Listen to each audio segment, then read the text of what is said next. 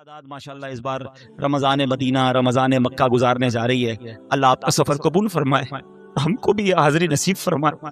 جو تڑپ رہے ہیں اللہ انہیں بھی کعبہ دکھائے, انہیں بھی مدینہ دکھائے. رمضان کے عمرے کی تو کیا بات ہے, حدیث کا مضمون ہے جس نے رمضان میں عمرہ کیا وہ ایسا ہے جیسا اس نے میرے ساتھ حج کیا. مگر ایک بات یاد رکھنا, سنبھل کر پاؤں رکھنا زائروں شہر مدینہ میں, کہیں ایسا نہ ہو سارا سفر بیکار ہو. ہمارا ایک پرابلم ہے, وہ پرابلم ہم سمجھ نہیں رہے. وہ پرابلم یہ کہ ہماری عادتیں تو ہے نا بری, جس کو جھوٹ بولنے کی عادت ہے, جس کو غیبت کرنے کی عادت ہے, معاذ اللہ جس کی زبان پر گالیاں ہیں, جس کو آنکھوں سے حرام دیکھنے کی عادت ہے, موبائل فون میں سارے پیج لائک کیے ہوئے ہیں, سارے گروپوں میں شامل ہے, روز پتہ نہیں کیا کیا نگاہوں کے سامنے آ رہا ہے. تو یہ ساری عادتیں لے کر جو مکے میں پہنچے گا تو ایسا تھوڑی کہ فلائٹ اڑتے ہی عادتیں یہاں رہ جائیں گی. یاد رکھنا اگر ادھر گناہ کیے نا تو ایک گناہ 1,00,000 گناہ کے برابر. ادھر لڑتے دیکھا ہم نے حاجیوں کو, ہاں ماں باپ ماں بہن کی گالیاں, لڑائی جھگڑا, مار کٹائی, کیونکہ عادت تھی وہاں بھی, یہاں بھی عادت ہے. سوچتے لیں برباد ہو جاؤ گے, اس سے بہتر تو مت جاؤ. اگر تم گناہ سے باز نہیں رہ سکتے تو کیا ضرورت ہے وہاں جانے کی, پہلے اپنے گناہوں کی عادت تو نکالو نا. حج فرض کی الگ بات ہے, نفلی عبادت کے لیے بھی جا رہے ہیں اور ادھر بھی گناہ کر رہے ہیں. بالکل اسی طرح رمضان آنے والا ہے. عام مہینوں میں گناہ ضرور ہے, مگر رمضان میں گناہ یہ اللہ کے غضب کو دعوت دینے والی بات ہے. حدیث پاک کا مضمون ہے, ایک حدیث کا حصہ ہے کہ جس نے رمضان میں کوئی ایک گناہ کیا اس کے 1 سال کے اعمال برباد کر دیے جائیں گے. اب بتاؤ, ایسا تو نہیں ہے نا کہ جیسی مسجد میں اعلان ہوگا مبارک ہو رمضان کا چاند نظر آ گیا اور ہمارے سارے گناہوں کے بٹن بند ہو جائیں گے. فرق کیسے آئے گا اگر میں خود نہیں اپنے آپ کو بدلوں گا؟ تو وہی دوست ہے, وہی جناب گیدرنگ ہے, وہی ٹی وی ہے, وہی موبائل ہے, وہی معاذ اللہ حرام روزی ہے, تو مارے جائیں گے. حدیث پاک وہ بھول گئے کہ پیارے آقا علیہ الصلوۃ والسلام نے ایک دعا پر آمین کہی تھی کہ یا اللہ جو رمضان کو پالے اور اپنی مغفرت نہ کروا سکے وہ ہلاک و برباد ہو جائے. جبریل امین نے دعا کی اور نبی پاک نے آمین کہی تھی. رمضان میں بھی مغفرت نہیں ہوئی تو بربادی ہے. آج میں نے ایک بڑی کمال کی ایک سنت آپ کے سامنے پیش کرنی ہے, اور نارملی دیکھا یہ گیا ہے کہ اس سنت سے بہت سارے لوگ اب دور ہو گئے ہیں. حالانکہ یہ اتنی پیاری سنت ہے, بغیر محنت بغیر کوشش کے نیکیوں کا انبار لگ جاتا ہے. اتنی نیکیاں اور آپ اتنے بڑے بڑے انعامات کے حقدار بن جاتے ہیں. وہ سنت کون سی ہے میں انشاءاللہ بیان کرتا ہوں, مگر امام محمد بن محمد غزالی علیہ رحمت اللہ الوالی نے ایک بڑا پیارا واقعہ اپنی کتاب مکاشفۃ القلوب میں لکھا. مکاشفۃ القلوب بڑی پیاری کتاب ہے. واقعہ کیا تھا کہ ایک شخص نے ایک غلام خریدا. آج کے دور میں تو کسی کو گھر میں ملازم رکھنا ہو تو وہ نوکری پہ جاب پہ رکھتا ہے نا, پہلے ایسا نہیں ہوتا تھا. پہلے غلام خریدے جاتے تھے. انہوں نے غلام خریدا. اچھا جب غلام خریدا تو غلام کہتا ہے حضور میری 3 شرطیں ہیں. اچھا بات بڑی عجیب تھی, غلاموں کی شرطیں نہیں ہوتی ہیں. آپ نے کہا اچھا تم بھی شرطیں لگاؤ گے, بتاؤ کیا شرطیں ہیں؟ تو کہتا حضور پہلی شرط تو یہ ہے کہ آپ مجھے فرض نماز کے وقت منع نہیں کریں گے, نماز پڑھنے دیں. اچھا وہ آقا بھی دیندار تھا, نیک آدمی تھا. کہتا ٹھیک ہے مسلمان ہوں, نماز سے کیوں روکوں گا, اوکے. کہتا دوسری شرط یہ ہے کہ دن میں جو چاہے کام لے لیں, رات مجھے آپ چھوڑ دیں گے. کہا ٹھیک ہے مجھے کام دن میں لینا, میں بھی رات آرام کرتا ہوں, تم بھی رات آرام کرنا. کیسا تیسری شرط یہ ہے کہ آپ مجھے اپنے گھر میں کوئی بھی ایک الگ سے کمرہ دے دیں گے تاکہ میں سیپریٹ رہوں. تو کہا ٹھیک ہے, میں نے بھی یہ سوچا تھا گھر میں بہت سارے کمرے ہیں, غلام کا کمرہ ہوتا ہے تو میں کمرہ دے دوں گا. شرطیں کوئی مشکل تھی نہیں, آقا نے ایکسیپٹ کر لی. غلام گھر پر آیا, بڑا محنتی غلام تھا, دن میں کام کرتا, رات اپنے کمرے میں چلا جاتا. ایک دن آقا چلتے چلتے اس کے کمرے کے پاس سے جب گزرا تو دیکھا عجیب منظر ہے.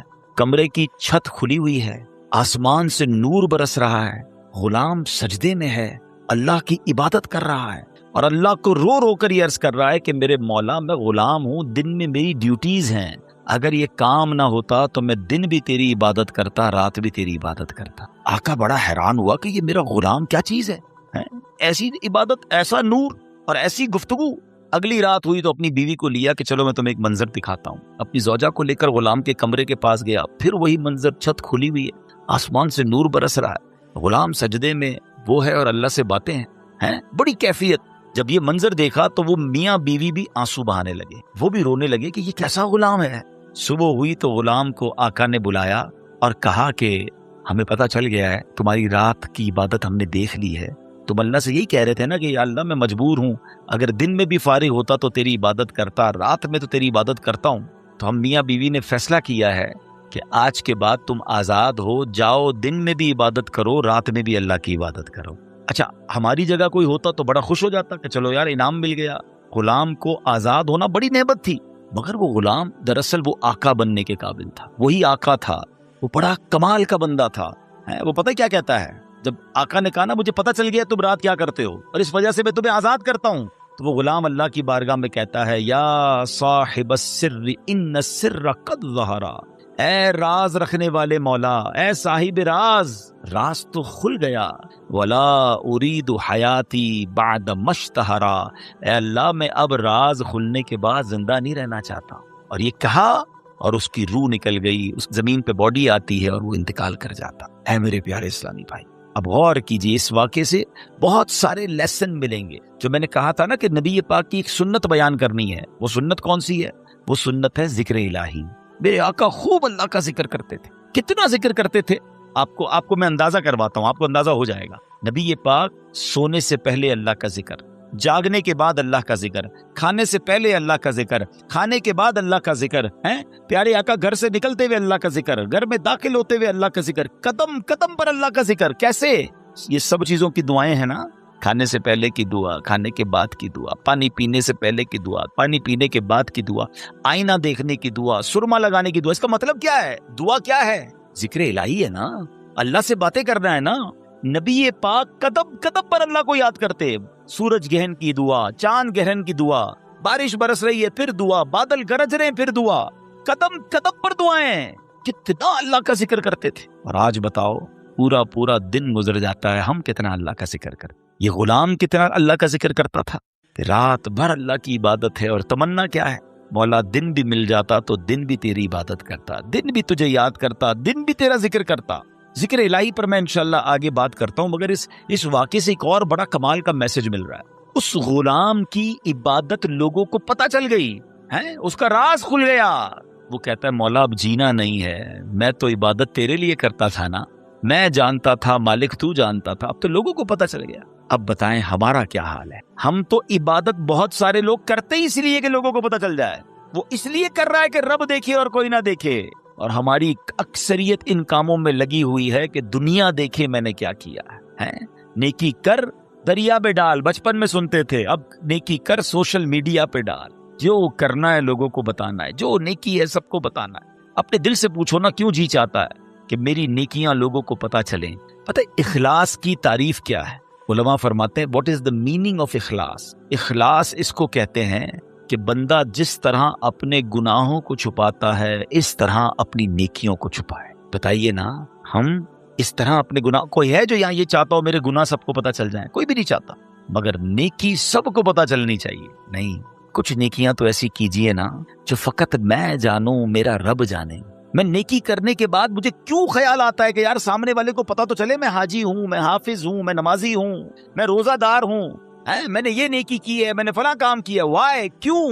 اگر دل میں تمنا یہ ہے کہ لوگوں کی واہ ملے گی تو پتہ ہے اس کو ریاکاری کہتے ہیں، اور ریاکاری کو شرک اصغر کہا گیا حدیثوں میں۔ چھوٹا شرک، شرک کس کو کہتے ہیں؟ شرک کے معنی یہ ہے کہ اللہ کی طرح کسی کو عبادت کے لائق سمجھنا، ٹھیک ہے نا، یعنی اللہ کی ذات و صفات میں یا تو کسی کو شریک ماننا یا کسی کو معاذ اللہ کی طرح عبادت کے لائق سمجھنا، یہ شرک ہے، بندہ اسلام سے خارج ہو جائے گا۔ اب اس کو شرک اصغر کیوں کہا گیا؟ کہ بندہ پڑھ تو نماز رہا ہے، رکھ تو روزہ رہا ہے، صدقہ کر رہا ہے، خیرات کر رہا ہے، عبادت اللہ کی کر رہا ہے، مگر دل میں تمنا ہے کہ لوگ راضی ہو جائیں، لوگ خوش ہو جائیں۔ نیت کیا ہے؟ نیت رب کو راضی کرنے کی نہیں، لوگوں کو راضی کرنے کی۔ اب ہم چیک کر لیں کہ کہیں ایسا تو نہیں کہ شیطان ہمارے اندر یہ وبا داخل کر چکا ہے کہ پہلے تو نیکی نہیں کرنے دیتا، لیکن نیکی کر لے تو پھر چھپانے نہیں دیتا، پھر بچانے نہیں دیتا، پھر ایسی باتیں دل میں لاتا ہے کہ اس کو بھی بتا دے، اس کو بھی بتا دے۔ کیوں؟ ہمارا جی کیوں چاہتا ہے ایک ایک نیکی کی تصویر ہم نے لگانی ہے تاکہ لوگ دیکھیں میں نے یہ چندہ دیا، یہ راشن دیا، یہ فلاں کام کیا۔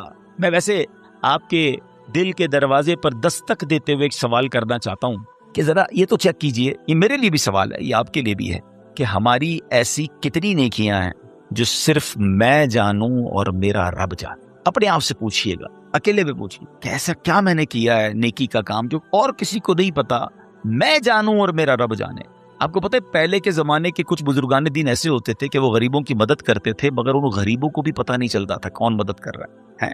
بعض اوقات ان بزرگوں کا انتقال ہوتا نا تو لوگ کہتے یار وہ ہر مہینے مدد آتی تھی، راشن آتا تھا، اب نہیں آ رہا، تو پتہ چلتا تھا کہ وہ فلاں بزرگ کا وصال ہوا ہے، وہ ہر مہینے مدد کرتے تھے، مگر کبھی انہوں نے نہیں بتایا، پتہ لگنے بھی نہیں دیا۔ اور آج ہم کسی کی مدد کریں تو اس پر احسان جتاتے ہیں. بھائی یاد ہے نا میں نے مدد کی تھی, بھول تو نہیں کیا تیرا ساتھ دیا تھا. ہر مہینے اگر کسی کی مدد کر رہے ہیں تو ہر مہینے احسان جتا رہے ہیں, ہر مہینے اس پر روب جھاڑ رہے ہیں. نہیں میرے پیارے اسلامی بھائی, نیکی کیجئے مگر اللہ کے لیے. کچھ ایسی تلاوت, کچھ ایسے نوافل. آپ دیکھیں نا تہجد بندہ کب پڑھتا ہے؟ رات کو پڑھتا ہے, بعض اوقات اکیلے میں پڑھتا ہے جب کوئی نہیں دیکھ رہا, دنیا سو رہی ہے, آپ تہجد پڑھ رہے. کیا کمال کا یہ کام ہے کہ میں جانوں رب جانے. مگر شیطان کو صبر نہیں آتا نا, وہ کہتا ہے اس نے تہجد پڑھ لی ہے تو جنت میں چلا جائے گا, اب اس کی تہجد کیسے خراب کروں. تو وہ کیا کرتا ہے, وہ دل میں خیال ڈالتا ہے کہ ایسا کرو دوسروں کو بتاؤ. وہ کیا کرتا ہے, صبح اٹھ کے کوئی نہ کوئی بہانہ چاہیے. اب کچھ لوگ پتہ ہے کیا کرتے ہیں, یار آج بہت تھکا ہوا ہوں. خیریت کیوں تھکے ہوئے؟ وہ میں تہجد سے اٹھ جاتا ہوں نا. اچھا ماشاءاللہ آپ تہجد بھی پڑھتے ہیں. بس اس نے یہ کہنا ہے تو ساڈے دل وچ ٹھنڈ پی گئی کہ انہاں نوں تھاری تہجد دا پتہ چل گیا. پتہ تو چل گیا, ڈیلیٹ بھی ہو گیا بھائی. کیوں پتہ چل گیا, کیوں بتانا ہے؟ اللہ کرے یہ بات اس غلام کے اس واقعے سے کیسی بات سیکھنے کو مل رہی. مالک کو پتہ چل گیا, حالانکہ اس نے نہیں ہم تو بتاتے ہیں, اس نے بتایا نہیں تھا, یہ تو چھپ کے کر رہا تھا, مگر پتہ چل گیا تو کہتا ہے مولا اب راز ہی کھل گیا تو اب جینے کا کیا فائدہ. ہائے ہائے, غلام تو نہیں کہوں گا, اس آقا کے صدقے اللہ مجھے بھی اخلاص نصیب فرمائے, آپ کو بھی نصیب فرمائے. اچھا اب بات کرتے ہیں سنت رسول, ذکر الہی کی. ہائے ہائے کیسا کمال کا کام ہے یہ ذکر الہی. اللہ کریم کس طرح قرآن مجید میں ہمیں ذکر کرنے کا حکم ارشاد فرماتا ہے. فرمایا یا ایھا الذین آمنوا اذکروا اللہ ذکرا کثیرا. آسان ترجمہ قرآن کنز الایمان, اے ایمان والو اللہ کو بہت یاد کرو. کتنا؟ نبی پاک علیہ السلام کی حدیث ہے, اللہ کو اتنا یاد کرو, اتنا ذکر کرو کہ لوگ تمہیں دیوانہ کہنے لگے. بس اللہ کی یاد کرتے رہا کرو, ذکر الہی کرتے رہا کرو. ہے مگر ہمارا حال کیا ہے کہ زبان فضول باتیں تو کرتی ہے مگر اللہ کا ذکر نہیں کرتی. ہمارے بزرگ کیسے ذکر کرتے تھے. حضرت جنید بغدادی کا نام سنا ہوگا رضی اللہ تعالیٰ, بہت بڑے اللہ کے ولی.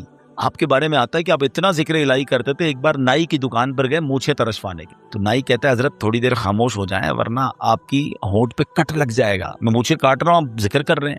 وہ کہتے ہیں ذکر کرتا رہوں گا, تم اپنا کام کرو, ہونٹ کٹتا ہے تو کٹ جائے, میں نے ذکر نہیں چھوڑنا. اتنی دیر کے لیے بھی ذکر الہی نہیں چھوڑنا ہوتا تھا. ایک بزرگ تھے اور کبال کے بزرگ تھے, حضرت سری سکتی سے مروی ہے کہ میں حضرت جرجانی کے پاس گیا تو ستو دیکھے, وہ ستو پی رہے تھے, روٹی نہیں کھاتے تھے. تو میں نے کہا حضرت روٹی آپ کیوں نہیں کھاتے, ستو کیوں پیتے ہیں؟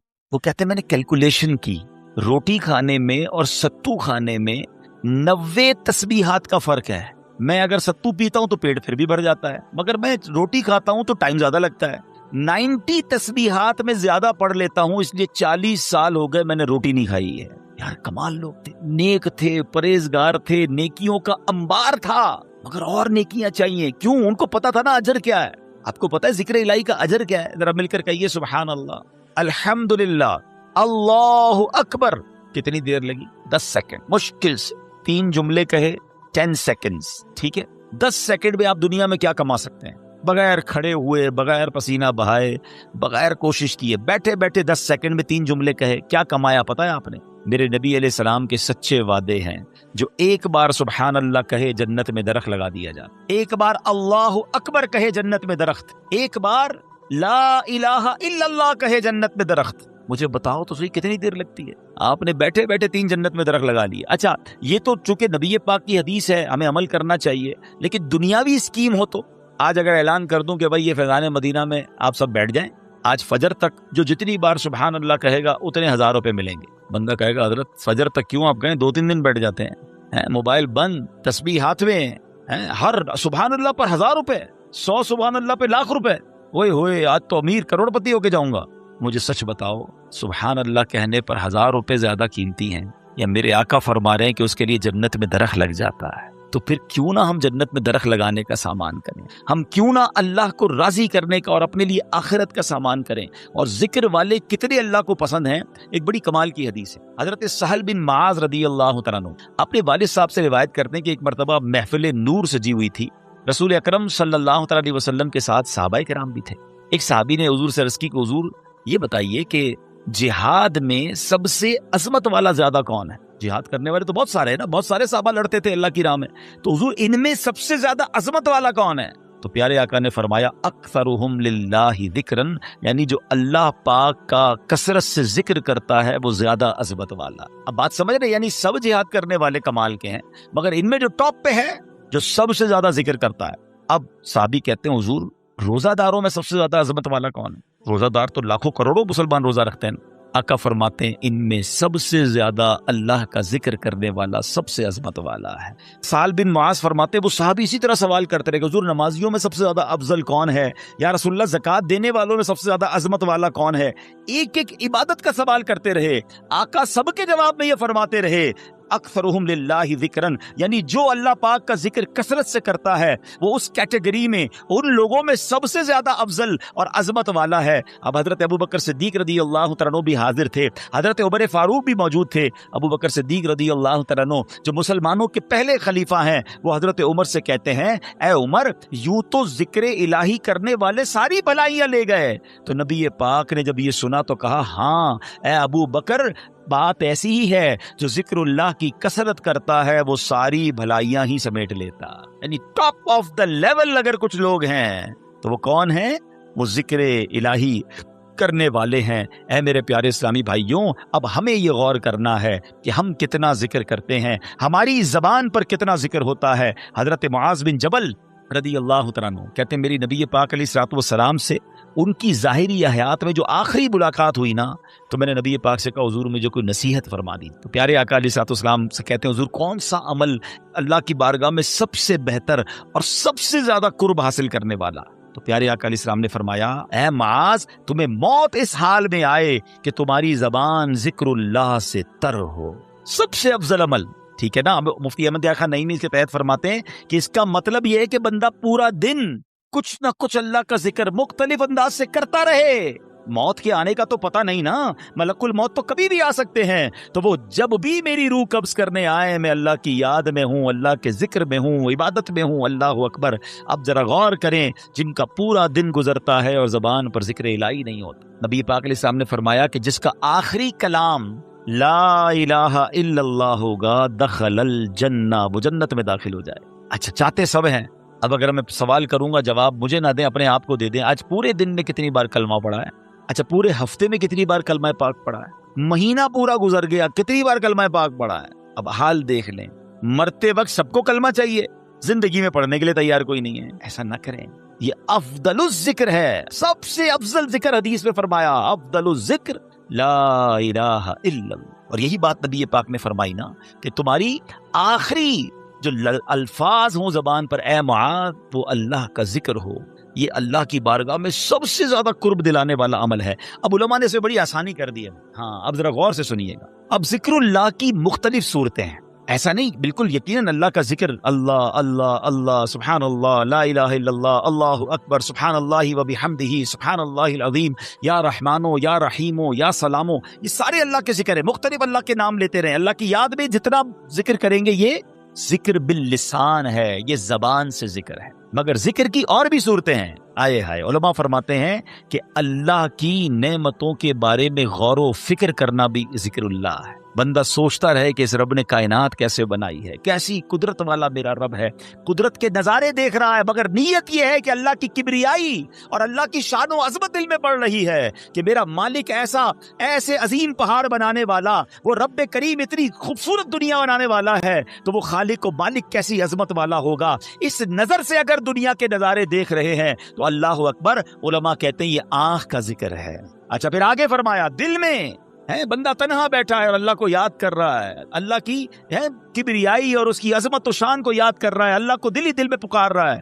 فرمایا یہ دل کا ذکر ہے. اچھا پھر اللہ کا ذکر سننا، یہ کانوں کا ذکر ہے. اور سبحان اللہ اب مزے کی بات سنیں، نعت پاک مصطفیٰ سننا یہ بھی اللہ کا ذکر ہے. اللہ پاک کے بندوں کی باتیں سننا یا پڑھنا یہ بھی اللہ کا ذکر ہے. ان کا ذکر خیر سننا، سیرت کی باتیں سننا. بلکہ علماء تو فرماتے ہیں عبرت کے لیے اللہ پاک کے دشمنوں کے احوال پڑھنا بھی ذکر الہی میں شامل ہے. اب یہ بڑی عجیب بات ہے. ہو سکتا ہے کسی کے ذہن میں سوال آئے کہ ٹھیک ہے اللہ کو یاد کرنا، اللہ کا ذکر کرنا یہ تو ذکر الہی ہے، اللہ کے محبوب بندوں کا ذکر اللہ کا ذکر کیسے ہو گیا ہے؟ اللہ کے نبی علیہ السلام کا ذکر اللہ کا ذکر، بلکہ دشمنوں کے احوال پڑھنا یہ اللہ کا ذکر کیسے ہوا؟ مفتی احمد یار خان نعیمی رحمۃ اللہ تعالی علیہ نے بڑی پیاری بات بتائی. فرماتے ہیں ایک ذکر ہوتا ہے بالواسطہ اور ایک ہوتا ہے بلا واسطہ. بلا واسطہ کیا ہے کہ اللہ ہی کا نام لے رہے ہیں، اللہ ہی کا ذکر کر رہے ہیں، اللہ ہی کو یاد کر رہے ہیں، یہ تو براہ راست اللہ کا ذکر ہو گیا نا، بلا واسطہ، نو واسطہ، کوئی بیچ میں واسطہ نہیں ہے۔ مگر بال واسطہ ذکر الہی کیا ہے؟ کہ اس کے محبوبوں کی محبت کا چرچا کرنا، اس کے دشمنوں کی برائی کا ذکر کرنا۔ اور وہ کیسے؟ لاجیکلی اب سمجھایا مفتی صاحب نے۔ اب میں آپ سب سے ایک سوال کرتا ہوں، قرآن پاک اللہ کا ذکر ہے کہ نہیں ہے؟ بتائیے، کلام اللہ ہے نا، پورا قرآن ذکر۔ کوئی قرآن پڑھ رہا ہے تو آپ یہ تو نہیں کہیں گے معاذ اللہ غلط کام کر رہا ہے، وہ ذکر الہی کر رہا ہے، ہر لمحہ عبادت کر رہا ہے۔ اب قرآن میں کہیں تو اللہ کا نام ہے، کہیں تو اللہ کی کبریائی ہے، کہیں تو اللہ کی قدرت کے نظارے ہیں۔ ان اللہ علی کل شیء قدیر کا ذکر ہے۔ فبأی آلاء ربکما تکذبان کے ذریعے رب کی شان بیان ہو رہی ہے، اور ہمیں کہا جا رہا ہے کہ کون کون سی نعمتوں کو جھٹلاؤ گے۔ جب جب پڑھتے ہیں اللہ سے محبت بڑھتی ہے۔ مگر اسی قرآن میں نبی پاک کا بھی تو ذکر ہے نا، رحمت للعالمین بھی کہا ہے، نبی پاک کو خاتم النبیین بھی فرمایا گیا۔ کہیں یاسین، کہیں طٰہٰ، کہیں مزمل، کہیں مدثر، کہیں والضحیٰ، کہیں واللیل اذا سجا۔ ارے کوئی قرآن پڑھ رہا ہے اور محبوب کے پاک کا ذکر بھی کر رہا ہے، مگر دراصل وہ ذکر الہی کر رہا ہے۔ نبیوں کا بھی ذکر، حضرت موسیٰ کا ذکر ہے، حضرت یوسف کے واقعات ہیں۔ اب پورا واقعہ حضرت یوسف کوئی پڑھ رہا ہے تو کیا یہ کوئی کہے گا کہ نہیں نہیں یہ ذکر نہیں کر رہا؟ ارے جب قرآن پڑھ رہا ہے اس کا مطلب یہ ہوا کہ اللہ کے نبی کا ذکر بھی دراصل یہ رب کا ذکر ہے۔ اور اللہ اکبر، قرآن میں تو کئی قوموں کی بربادی کے احوال ہیں۔ قارون کیسے دسایا گیا، بنی اسرائیل کیسے عذاب میں گرفتار ہوئے، فرعون کا حال کیا ہوا، یہ سارے واقعات قرآن میں موجود ہیں۔ تو اب اس کا مطلب یہ ہوا کہ اللہ کے دشمنوں کے احوال پڑھنا بھی یہ بھی ذکر الہی میں شامل ہے۔ اور یہ ذکر کی محفلیں کتنی کمال کی ہیں، یہ نصیب والوں کو ملتی ہیں۔ دیکھیں نا، جس کردو میں فیضان مدینہ میں اجتماع ہو رہا ہے، کئی لوگوں کو بلایا گیا ہوگا، کئی لوگوں کو دعوت دی ہوگی، کچھ آئے کچھ نہیں آئے۔ یقین کریں جو آئے ہیں نا وہ خود سے نہیں آئے، انہیں بلایا گیا۔ میری اور آپ کی اوقات نہیں کہ میں کہوں میں آج اجتماع میں آیا، میں مسجد میں آیا۔ چلے مجھے بتائیں مسجد کس کا گھر ہے؟ ذرا ساتھ جواب بھی دو نا، مسجد کس کا گھر ہے؟ آپ کے گھر میں کوئی بغیر اجازت آ سکتا ہے؟ آپ کا دروازہ کھٹکھٹائے کہ حضرت آج میں آپ کے گھر میں رہوں گا، آپ کون ہے بھائی؟ میں نہیں جانتا، میرے گھر میں کیسے آئیں گے؟ اجنبی ہے؟ آپ کے گھر میں کون آتا ہے؟ جس کو آپ بلاتے ہیں۔ اللہ کے گھر میں بغیر بلائے کیسے کوئی آ سکتا ہے؟ ہم سب کو بلایا گیا ہے، ہمیں موقع دیا گیا ہے، ہمیں سعادت دی گئی ہے۔ اور سنو، اللہ کے گھر میں آتے رہا کرو۔ کئی لوگ پورا ہفتہ نہیں آتے، جمعے کی نماز پڑھتے ہیں، باقی پورا ہفتہ نہیں آتے۔ وہ غور کریں کہ ایسا کیا گناہ ہو گیا کہ میرا رب مجھے کیوں نہیں بلاتا، روز 5 وقت مہمان کیوں نہیں بنتا۔ مبارک ہو اسے جو مسجد میں جس کا دل لگتا ہے اور بار بار آتا ہے۔ ایک اور مزے کی بات بتاؤں، آپ کے قسم قسم کے رشتہ دار اور دوست ہیں۔ جو دور کا دوست ہوتا ہے نا، وہ سال میں کبھی کبھی ایک بار آ جاتا ہے۔ جو بہت قریب کے رشتہ دار ہوں، جو بالکل تھوڑا سا فاصلہ ہو، لیکن وہ کبھی کبھی مہینے میں ایک بار آتے ہیں۔ جو اس سے قریب ہو وہ ہفتے میں ایک بار آتے ہیں، اور گھر والا تو روز گھر میں آتا ہے نا۔ اب اللہ کے گھر میں جو روز آ رہا ہے، سبحان اللہ، اس پر کتنی رحمتیں ہو رہی ہیں۔ اور جو کبھی عید کی نماز میں آتا ہے، کبھی 2-4 مہینے بعد اسے اللہ کا گھر یاد آتا ہے۔ سوچو کتنا ڈسٹینس ہو گیا ہے، کتنی دوری ہو گئی ہے۔ یہ رحمان کا گھر ہے، اس میں آتے رہا کریں، بیٹھا کریں، وقت بتایا کریں۔ اور سبحان اللہ، آپ کے گھر میں کوئی مہمان آئے، آپ کیا چاہتے ہیں؟ خوش ہو کر جائے نا، کھانا اچھا بناتے ہیں، اس کے آرام کا خیال رکھتے ہیں۔ جب مہمان آئے اسے خوش کر کے بھیجتے ہیں۔ بتاؤ نا، کریم کے در پر کوئی مہمان آئے گا وہ اسے راضی نہیں کرے گا؟ اللہ کے مہمان بنو، پھر دیکھو رب کیسی عطائیں فرماتا ہے۔ پرابلم یہ مسجد میں ایک تو آتے ہیں دل نہیں لگتا، آتے ہیں تو بھاگنے کا جی چاہتا ہے۔ بیٹھا کریں۔ اور اب میں آپ کو بتاتا ہوں کہ جو ذکر اللہ کی محفل ہے نا، ابھی ذکر کی محفل ہو رہی ہے نا، اللہ کے پیاروں کا ذکر ہو رہا ہے، اللہ کے ذکر کی باتیں، قرآن کی باتیں، یہ بڑی کمال کی محفل ہے۔ ایک بڑی پیاری حدیث سناتا ہوں، حدیث پاک کا خلاصہ ہے۔ میرے آقا علیہ الصلوۃ والسلام فرماتے ہیں کہ اللہ تعالیٰ کے کچھ فرشتے ہیں کہ جو زمین کی سیر کرتے ہیں، ان کی ڈیوٹیز ہیں۔ کچھ فرشتوں کی ڈیوٹی یہ ہے کہ جہاں ذکر الہی ہوتا ہے نا، اس محفل کو اپنے پروں سے ڈھانپ لیتے ہیں۔ اب کیا ہوا، وہ فرشتے جب اجتماع سے فارغ ہوتے ہیں اللہ کی بارگاہ میں جاتے ہیں۔ اللہ کو سب معلوم ہے کہاں سے آ رہے ہیں۔ اللہ فرماتا ہے فرشتوں کہاں سے آ رہے ہو؟ کہتے ہیں یا اللہ ایک جگہ بندے جمع ہے تیرا ذکر کر رہے ہیں۔ اللہ فرماتا ہے فرشتوں یہ بتاؤ انہوں نے مجھے دیکھا ہے جو میرا ذکر کرتے ہیں؟ کہ یا اللہ تجھے نہیں دیکھا۔ ارشاد ہوتا ہے فرشتوں بتاؤ کیا مانگ رہے ہیں؟ کہتے ہیں یا اللہ جنت مانگ رہے ہیں۔ ارشاد ہوتا ہے جنت دیکھی ہے؟ کہ یا اللہ دیکھی نہیں۔ اچھا دیکھ لیتے تو کیا کرتے؟ اے رب جنت دیکھ لیتے، شوق سے مانگتے۔ ارشاد ہوتا ہے یہ بتاؤ کس چیز سے پناہ مانگ رہے تھے؟ عرض کرتے مولا جہنم سے پناہ مانگ رہے تھے۔ ارشاد ہوگا جہنم دیکھی ہے؟ کہتے نہیں یا اللہ جہنم دیکھی نہیں انہوں نے۔ اچھا بتاؤ دیکھ لیتے تو کیا کرتے؟ ارشاد ہوتا، عرض کرتے مولا اگر وہ جہنم دیکھ لیتے تڑپتے، جہنم سے پناہ مانگتے. ارشاد باری ہوتا ہے اے فرشتوں گواہ ہو جاؤ، جن بندوں نے مجھے دیکھا نہیں پھر بھی مجھے یاد کر رہے ہیں، جنت دیکھی نہیں جنت مانگ رہے ہیں، جہنم دیکھی نہیں جہنم سے پناہ مانگ رہے ہیں، اے فرشتوں گواہ ہو جاؤ میں نے ان سب کی مغفرت فرما دی. اب مزے کی بات، فرشتے کہتے ہیں یا اللہ ان میں ایک بندہ ایسا بھی بیٹھا تھا جو تیرا ذکر کرنے نہیں آیا تھا. ہو سکتا ہے ہمارے پاس بھی ایسا کوئی بھائی آیا ہو جس کا آنے کا ارادہ نہ ہو، دوست پکڑ کے لے آیا، چلو یار تھوڑی دیر کے لیے پھر بعد میں کہیں اور چلے جائیں گے، نیت ذکر کی نہیں ویسے ہی آ گیا. فرشتے کہتے ہیں مولا ایک بندہ ایسا ہے جو تیرا ذکر کرنے نہیں آیا تھا. اللہ فرماتا ہے اے میرے فرشتوں یہ وہ مجلس ہے، یہ وہ محفل ہے جس کے ہم نشین محروم نہیں ہوتے، میں نے اس کی بھی مغفرت فرما دی ہے. اللہ کرے کہ اجتماع ہم سب کی مغفرت کا ذریعہ بن جائے. فرشتے جا کر بتائیں اللہ کو کہ مولا تیرے بندے بیٹھے ایک جگہ پر گناہ گار ہیں، تیرے گھر میں تو بیٹھ کر تجھے یاد کر رہے ہیں، مانتے ہیں گناہ گار ہیں مولا مگر تیرے سوا کون بخشنے والا ہے، جہنم سے پناہ مانگتے مولا تجھ سے، تیری جنت کا تجھ سے سوال کرتے. اللہ بڑا کریم ہے. ایسے اجتماعات میں، ایسی محفلوں میں، ذکر کی محفلوں میں آیا کیجیے، یہ بڑی کمال، کسی کی برکت ہمیں مل جاتی ہے. ہم تو گناہ گار ہیں نا، مگر اتنے بڑے مجمع میں کوئی تو اللہ کا نیک بندہ ہوتا ہے نا. کیا معلوم اس پر برس رہی ہے، مجھ پر بھی برس جائے گی. اس پر رحمت دیکھیں نا، بارش برستی تو سب پہ برستی ہے نا، رحمت کی بارش برسے گی تو کچھ چھینٹے مجھ پر بھی تو گریں گے نا.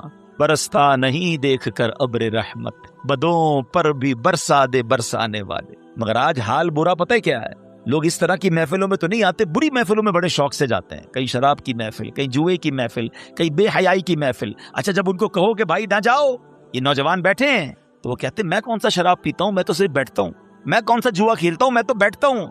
نہیں میرے پیارے اسلامی بھائی، جہاں لعنت برس رہی وہاں بیٹھ رہے ہیں. پچھلے دنوں کووڈ آیا تھا نا، کووڈ وائرس نے ہم سب کو ایک چیز سکھائی تھی کہ جہاں وائرس ہو اس سے دور رہو، سوشل ڈسٹینس. ہاتھ نہیں ملاتے تھے یار اپنوں سے. کمال ہے، جراثیم نہ لگ جائے اس لیے ملتے نہیں تھے، کوئی گناہ نہ لگ جائے، کوئی بری عادت نہ لگ جائے، اللہ کا نافرمان نہ ہو جاؤں، کیوں ڈسٹینس نہیں کرتے برے لوگوں سے.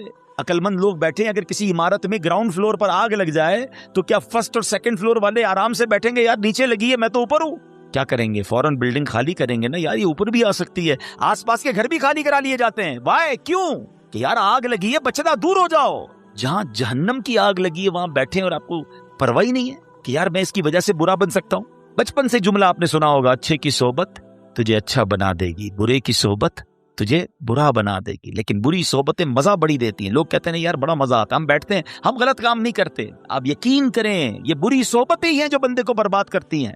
کسی بھی جواری، کسی بھی شرابی، کسی بھی قاتل، کسی بھی چور، کسی بھی منشیات کا استعمال کرنے والے سے پوچھ لیں کہ یہ عادت کہاں سے ملی ہے.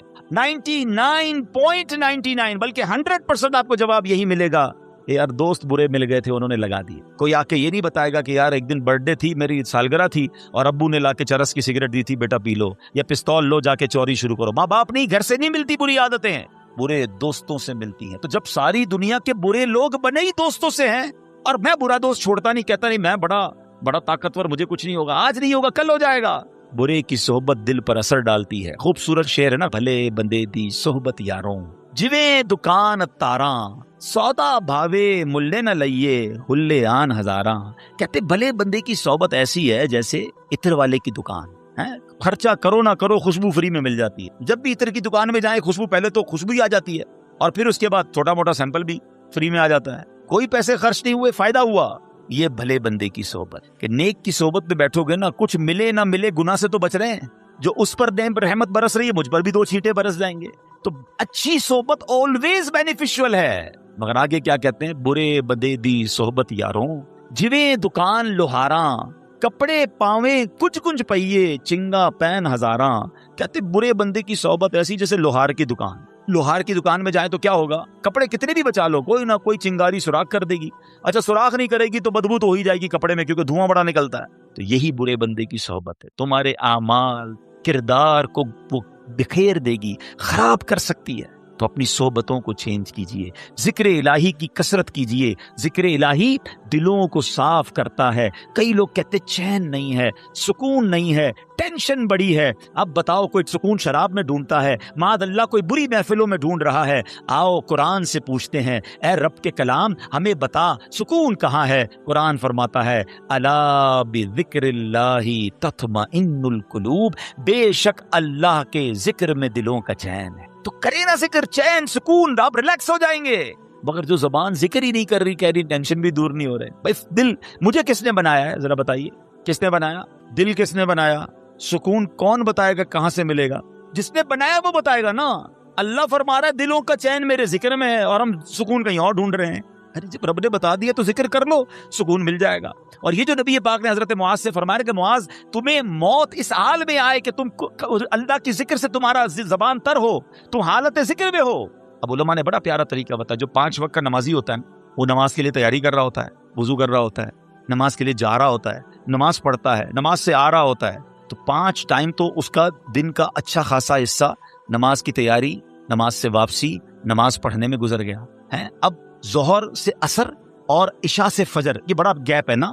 اب اس گیپ کو کیسے کور کرنا ہے؟ تو علماء فرماتے ہیں کہ اس میں مزید اللہ پاک کا ذکر کر لے. صبح فجر سے لے کے ظہر میں بھی بڑا گیپ ہے، تو فجر کے بعد اللہ توفیق دے تو اشراق چاش پڑھ لے. اچھا، ہر نماز کے بعد تسبیح فاطمہ پڑھے، 33 بار سبحان اللہ، 33 بار الحمدللہ، 34 بار اللہ اکبر. تو یہ بھی کچھ اللہ کا ذکر ہو گیا. اللہ توفیق دے تو رات سونے سے پہلے صلاۃ التوبہ پڑھ لے، سورہ ملک کی تلاوت کر لے. اللہ اور توفیق دے تو تہجد کی نماز اٹھ کے پڑھ لے. تو کبھی نہ کبھی، یعنی ہر تھوڑی دیر بعد میرا عمل ذکر الہی سے ہے، تسبیح ہاتھ میں ہو، درود پاک پڑھ لے، سبحان اللہ. اب یہ وہ عمل ہے کہ بندہ اگر ان اعمال میں رہے گا تو سچ بتاؤ اس بندے کا جب موت کا وقت آئے گا تو کتنا بڑا چانس ہے کہ کسی نہ کسی موقع پہ ذکر ہی کر رہا ہو، نعت سن رہا ہے، تلاوت سن رہا ہے، خود تلاوت کر رہا ہے، اجتماع میں بیٹھا ہے، درس دے رہا ہے، درس سن رہا ہے، نماز پڑھ رہا ہے، ذکر کر رہا ہے، مارکیٹ میں گیا ہے، نوکری بھی کر رہا ہے، کاروبار بھی کر رہا ہے، تو وہاں بھی اللہ کا ذکر زبان پر جاری ہے. ارے کام تو ہاتھ سے کرتے ہیں نا،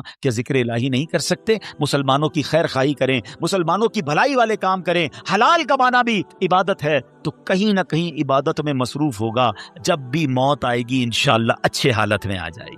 علماء فرماتے بندہ جس حال میں مرے گا نا اسی حال میں اٹھایا جائے گا. تمنا کیا ہے ہماری؟ اے اللہ ہمیں سجدے والی موت دے، اور وہ سجدہ بھی کاش مسجد نبوی والا ہو، مدینے والا ہو، کلمے والی موت ملے، درود والی موت ملے. اچھی موت کس کو چانس ملے گا؟ جو روز نماز پڑھتا ہوگا نا، جو پورے دن میں نماز ہی نہیں پڑھ رہا اور معاذ اللہ جھوٹ بول رہا ہے، گالیاں نکال رہا ہے، شرابیوں کی محفل میں بیٹھ رہا ہے، فلمیں ڈرامے دیکھ رہا ہے، موبائل پہ بھی بے حیائی دیکھ رہا ہے. بتاؤ کتنا بڑا چانس ہے کہ جب ملک الموت آئیں گے تو وہ اسی حالت میں مر جائے، اور اسی حالت میں مرنے والے کو اسی حالت میں اٹھایا جائے. ہماری تمنا تو یہ ہے کہ میں سو جاؤں یا مصطفیٰ کہتے کہتے، کھلے آنکھ صلی اللہ کہتے کہتے. ایسا نہیں ہو سکتا معاذ اللہ کوئی شراب کے نشے میں ہے یا کوئی بے حیائی کر رہا ہے اور ملک الموت آئے تو وہ کہے کہ بھائی ابھی روح قبض نہ کرو، میں ذرا توبہ کر لوں. نہیں، آگاہ اپنی موت سے کوئی بشر نہیں، سامان 100 برس کا ہے، پل کی خبر نہیں. تو اے میرے پیارے اسلامی بھائیوں، آج نیت کر لیں، جس حالت میں مرنا نہیں چاہتے نا وہ کام چھوڑ دیں. کیونکہ ایسا نہیں ہوگا کہ آپ کوئی غلط کام کر رہے ہیں اور موت آ گئی تو آپ روک سکیں گے. تو اب آپ ڈیسائیڈ کر لیں کہ کس حالت میں مرنا ہے اور کس حالت میں نہیں مرنا. جس حالت میں نہیں مرنا نا، فارمولا سمپل یہ ہے کہ وہ کام چھوڑ دیں کہ یار موت تو اس وقت بھی آ سکتی ہے. اور جس حالت میں مرنا چاہتے ہیں وہ کام بڑھا دیں. اللہ اللہ، ذکر الہی، نمازیں، درود، تلاوت، اچھی محفلیں، بری صحبتوں کو چھوڑیں. اور اب آخر میں ایک بڑی خوبصورت حدیث پاک، معراج کی رات میرے آقا علیہ السلام نے عرش کے نور میں ایک لپٹا ہوا آدمی دیکھا. میں نے پوچھا من ہاذا ام ملکا، کیا کوئی فرشتہ ہے اللہ کے عرش کے نور میں لپٹا ہوا، اتنا بڑا مقام؟ کہا گیا نہیں. آقا فرماتے انبی، کوئی نبی ہے؟ سوچے کتنا بڑا مقام ہوگا کہ نبی پاک سوال کیا کر رہے ہیں جبریل سے، کوئی فرشتہ ہے، کوئی نبی ہے ایسے مقام پر؟ تو کہا کہ نہیں. میں نے کہا من ہوا؟ آقا فرماتے ہیں علیہ الصلوۃ والسلام، میں نے پوچھا پھر یہ کون ہے؟ ارشاد و حضور، یہ وہ شخص ہے جس کے اندر 3 عادتیں تھیں. سچ بتاؤ، میں ابھی عادتیں نہیں بتاتا ہوں، اگر اتنا بڑا مقام ملنا ہے تو کچھ بھی ہو 3 عادتیں اپنا لینی چاہیے نہیں اپنا لینی چاہیے؟ خود بتاؤ یار، پھر تو جو بھی کر لیں گے بھائی، اتنا بڑا ہی نہ ہو. اب کام کیا ہے؟ زیادہ مشکل نہیں ہے. فرمایا اس کی 3 صفات تھی. نمبر 1، اس کی زبان ہمیشہ ذکر اللہ سے تر رہتی. زبان تر کر لو نا یار، اللہ اللہ اللہ، سبحان اللہ، اللہ اکبر، لا الہ، فضول باتیں کم کرتے. نمبر 2، اس کا دل مسجد کی طرف لگا رہتا تھا. مسجد سے نکلنے کے بعد پھر بھی دل چاہتا مسجد میں جاؤں. پتہ ہے علماء کیا فرماتے ہیں؟ کسی کے اگر ایمان کو چیک کرنا ہے نا کتنا مضبوط ہے، یہ چیک کرو کہ اس کا مسجد سے تعلق کتنا مضبوط ہے. زیادہ مسجد میں آتا ہے، سکون سے بیٹھتا ہے، سمجھ لو ایمان مضبوط ہے. اور مسجد میں دل ہی نہیں لگتا، بھاگتا ہے بس اس سے، سمجھ لو کہ ایمان میں کمزوری کہیں نہیں آ. ایک اور بڑی پیاری مثال دی گئی. فرمایا مومن مسجد میں ایسے ہوتا ہے جیسے پانی کے اندر مچھلی، فش ان دا واٹر. اب اپنے آپ سے چیک کریں، جو مجھے مدنی چینل پر سوشل میڈیا پہ سن رہے ہیں وہ بھی چیک کریں کہ مسجد میں جا کر سکون ملتا یا بے چینی بے کلی شروع ہو جاتی کہ یار کب ختم ہوگا، کب نکلیں گے، باہر نکلنے کو جی چاہتا ہے۔ تو چیک کرو دل میں پرابلم تو نہیں ہو گئی، مجھے اللہ کے گھر میں سکون نہیں آ رہا۔ ارے اس سے بڑھ کر سکون کی جگہ کون سی ہوگی؟ رحمان کے گھر میں آ گیا ہوں، رحمتیں برس رہی ہیں، کہتے ہیں امان میں آ گیا ہوں، اب کوئی ٹینشن نہیں، اللہ کے گھر میں ہوں نا، اسی نے سنبھالنا ہے، اسی نے بچانا ہے، اسی نے بخشنا ہے، میری پرابلم بھی اسی نے سالو کرنی ہے۔ مگر پرابلم یہ ہے کہ دنیا داروں کے گھر میں سکون ملتا ہے، اللہ کے گھر میں سکون نہیں۔ تیسرے نمبر پہ اس بندے کی صفات کیا تھی؟ فرمایا اس کی وجہ سے کبھی اس کے والدین کو برا بھلا نہیں کہا گیا۔ ہائے ہائے کتنا پیارا میرا دین ہے۔ زندگی میرے بھائیوں ایسے گزارنا کہ میری وجہ سے، آپ کی وجہ سے ہمارے ماں باپ کو کوئی برا نہ کہے کہ یار یہ کیسا بیٹا ہے، ایسا ہوتا ہے، ایسی تربیت کی ان کے ماں باپ نے، گالیاں نکالتا ہے، لڑائی جھگڑے کرتا ہے، سب کو ستاتا ہے۔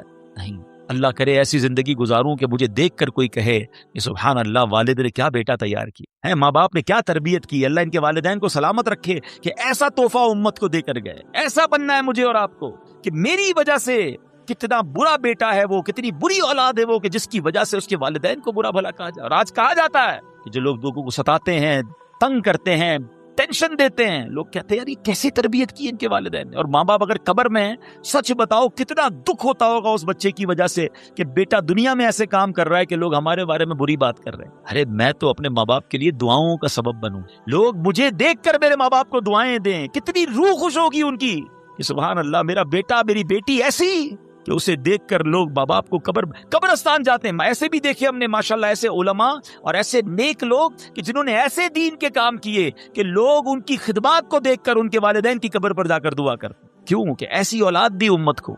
کاش یہ بات سمجھ آ جائے کہ میری وجہ سے کبھی میرے والدین کو برا بھلا نہ کہا جائے۔ اور اے میرے پیارے اسلامی بھائیوں، اگر اس کو تھوڑا سا میں آگے لے جاؤں، اس والدین سے بڑھ کر پتہ ہے کس کا حق ہے؟ وہ ہمارے آقا کا ہم پر حق ہے نا، رحمت للعالمین کے امتی ہیں، خاتم النبیین کے امتی ہیں صلی اللہ تعالی علیہ وسلم۔ کوئی چھوٹی بات ہے؟ بن مانگے بنے ہیں؟ ہے کوئی آپ میں سے جس نے دعا کی ہو یا اللہ آخری نبی کا امتی بنائی ہو؟ کسی نے بھی دعا نہیں، ہمیں تو پتہ ہی نہیں تھا، اللہ نے مہربانی کی اس دور میں پیدا کر دیا۔ ہم نبی پاک سے پہلے بھی پیدا ہو سکتے تھے، کسی اور نبی کے امتی ہو سکتے تھے، بغیر مانگے بن مانگے دیا، اور اتنا دیا دامن میں ہمارے سمایا نہیں۔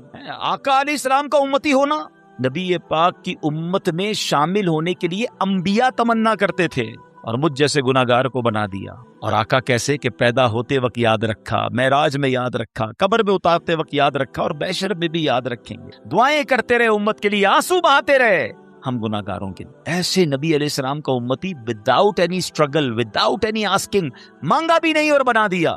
تو یار کوئی تو ذمہ داری بنتی ہے، کوئی تو شکرانہ بنتا ہے کہ یا اللہ اتنی بڑی مہربانی کی، اب میں ایسا امتی بن کر دکھاؤں گا کہ مجھے دیکھ کر کوئی کہے کہ امتی ایسا ہے تو آقا کیسے ہو۔ مزہ یہ ہے نا کہ مجھے دیکھ کر کوئی کہے کہ امتی ایسا سچا، اس کے نبی کیسے سچے ہوں گے؟ اگر مسلمان ایسا ہے تو اسلام کتنا پیارا مذہب ہوگا۔ غیر مسلم مجھے دیکھیں تو کہیں یار کہ مسلمان ایسا ہوتا ہے تو پھر مذہب کیسا ہوگا؟ چلو کلمہ پڑھ کر مسلمان ہوتے۔ مگر سچ بتائیں آج کیا حال ہے؟ آج مسلمان کو دیکھ کر لوگ اسلام کو برا بھلا کہتے۔ تو آج ہم نے سنا نا کہ نور میں لپٹے ہوئے شخص میں جو وصف تھا وہ یہ تھا کہ اس کی وجہ سے دنیا میں اس کے ماں باپ کو برا نہیں کہا جاتا تھا۔ بتاؤ اس مسلمان کا کیا حال ہوگا جس کی وجہ سے اسلام کو برا بھلا کہا جائے، جس کی وجہ سے معاذ اللہ لوگ نبی پاک علیہ السلام کے بارے میں بات کرتے ہیں۔ ارے میرا کردار ایسا ہو، میرا دشمن بھی دیکھ کر کہے کہ یار امتی ایسا ہے تو آقا کیسے ہو۔ آؤ نا یہ نیت کرتے ہیں کہ یار اب زندگی ایسی گزاروں گا کہ انشاءاللہ میری ذات سے اسلام کا نام روشن ہو، میری ذات سے انشاءاللہ اسلام کا نام برباد نہیں ہوگا۔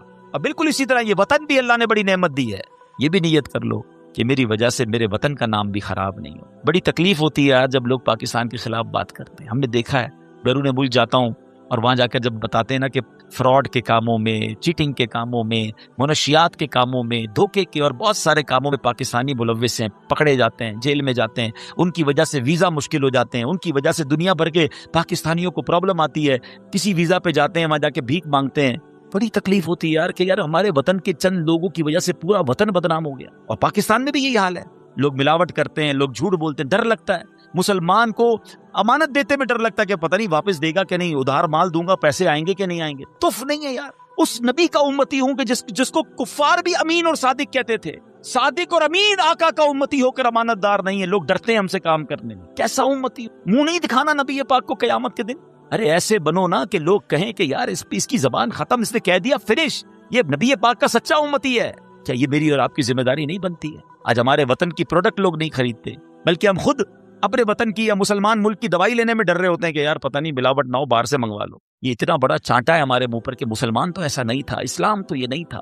میرے آقا نے تو کیا فرما، من غش فلیس منا، جو دھوکہ دے وہ ہم میں سے نہیں۔ اور آج ایسا لگتا ہے ہر بندہ ریڈی بیٹھا ہے دھوکہ کے لیے، ٹھیلے والے سے لے کر، رکشے والے سے لے کر، ہوٹل والے سے لے کر، ریسٹورنٹ والے سے لے کر، جس کو جب موقع ملا دھوکہ دینا ہے۔ کیا کر رہے ہو یار؟ تھوڑے پیسوں کا کیا کرو گے جو حرام سے آئیں گے؟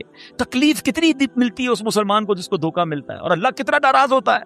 اللہ کرے کہ دل میں اتر جائے میری بات۔ آئیے، کیوں کہ نبی پاک سے انشاءاللہ بروز قیامت ملاقات ہونی ہے انشاءاللہ۔ تمنا ہے نا، ملنا ہے نا، تو ملیں گے تو کچھ تو ہو دکھانے کے لیے۔ یا رسول اللہ، میں بھی اپنے حصے کا چراغ جلا کر آیا ہوں صلی اللہ علیہ وسلم۔ اللہ کرے دل میں اتر جائے میری بات۔ ایسی پیاری باتیں دعوت اسلامی کے ماحول میں سکھائی جاتی ہیں۔ ہمارا اس طرح کے مزید بیان سننے کے لیے اجتماع میں آیا کریں، مدری چینل دیکھا کریں، دعوت اسلامی کا ساتھ دیں۔ ہم یہاں بھی چاہتے ہیں کہ بچوں کی تربیت ہو، آنے والی نسلیں نیک بنے۔ آپ کے سب سامنے کہ کس طرح برائیاں بڑھ رہی ہیں۔ اگر برائیوں کو ختم کرنا ہے، نیکی کی دعوت کو عام کرنا ہے، تو دعوت اسلامی کا ساتھ دیں۔ اللہ مجھے اور آپ کو اپنی دعوت اسلامی کا بھرپور ساتھ دینے کی توفیق عطا فرمائے۔ آمین بجاہ النبی الامین صلی اللہ تعالی علیہ وسلم۔ صلو علی الحبیب۔ الحمدللہ رب العالمین، والصلاة والسلام على خاتم النبیین۔ اللہم ربنا آتنا فی الدنیا حسنة وفی الآخرة حسنة وقنا عذاب النار وقنا عذاب القبر وقنا عذاب الحشر وقنا حساب المیزان۔ اللہم اعنی علی ذکرک وشکرک وحسن عبادتک۔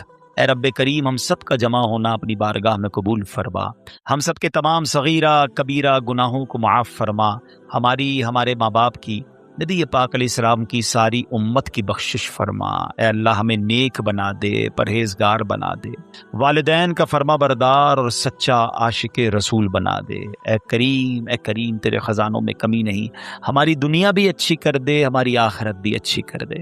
اے اللہ، اے کریم مولا، ہم آج اس اجتماع میں آئے ہیں، ہمارے دلوں کو بدل دے، ہمیں نیکی کا جذبہ عطا فرما، ہمیں ذکر الہی کرنے والی، تیرا ذکر کرنے والی زبان عطا فرما، درود پڑھنے والی زبان عطا فرما، فضول باتوں سے ہماری جان چھڑا دے، بری صحبتوں سے ہماری جان چھڑا دے، ہمیں اچھی اور نیک صحبتیں عطا فرما۔ اے اللہ، ہماری، ہمارے ماں باپ کی، پیارے آقا علیہ الصلوۃ والسلام کی ساری امت کی بخشش فرما۔ اے اللہ، جتنے بیمار ہیں انہیں شفا عطا فرما، قرض داروں کے قرضے اتر جائیں، بے اولادوں کو نیک اور صالح اولاد عطا فرما۔ اے اللہ، روٹھوں کو منا دے، بچھڑوں کو ملا دے۔ اے کریم، جتنے ہاتھ اٹھے ہیں تو سب کے نام بھی جانتا ہے، کام بھی جانتا ہے، سب کی بگڑی بنا دے۔ اے اللہ، ہمیں جلدی مکہ مدینے کی بعد اب حاضری نصیب فرما، جو مشکلیں ہیں، جو پریشانیاں ہیں، اپنے کرم سے دور فرما۔